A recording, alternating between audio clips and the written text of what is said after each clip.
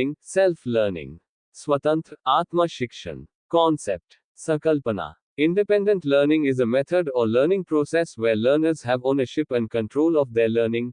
They learn by their own actions and direct, regulate, and assess their own learning. स्वतंत्र शिक्षण एक विधि या सीखने की प्रक्रिया है जिसमें छात्र अपने सीखने के मालिक और नियंत्रक होते हैं. वे अपने कार्यों के माध्यम से सीखते हैं और अपने सीखने का निर्देशन, नियंत्रण और मूल्यांकन करते हैं. Self-learning is defined as a process by which individuals take the initiative, with or without the assistance of others, in diagnosing their learning needs, formulating learning goals, identifying human and material resources for learning, and evaluating learning outcomes. Field square आत्म शिक्षण को इस प्रकार परिभाषित किया गया है: एक प्रक्रिया जिसके द्वारा व्यक्ति दूसरों की सहायता के साथ या बिना सहायता के अपनी सीखने की आवश्यकताओं का निदान, सीखने के लक्ष्य बनाना, सीखने के लिए मानव और सामग्री संसाधनों की पहचान करना, और सीखने के परिणामों का मूल्यांकन करते हैं. फीचर्स, कैरेक्टरिस्टिक्स, विशेषताएं, गुण. 1. Self learning enables you to learn what you want when you want, and how you want.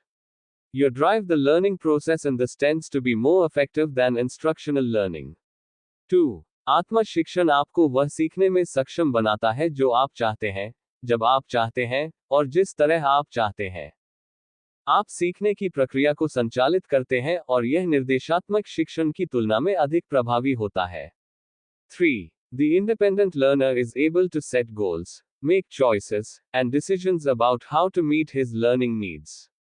4. स्वतंत्र छात्र लक्ष्य निर्धारित करने, विकल्प बनाने और यह निर्णय लेने में सक्षम होता है कि अपनी सीखने की आवश्यकताओं को कैसे पूरा करें.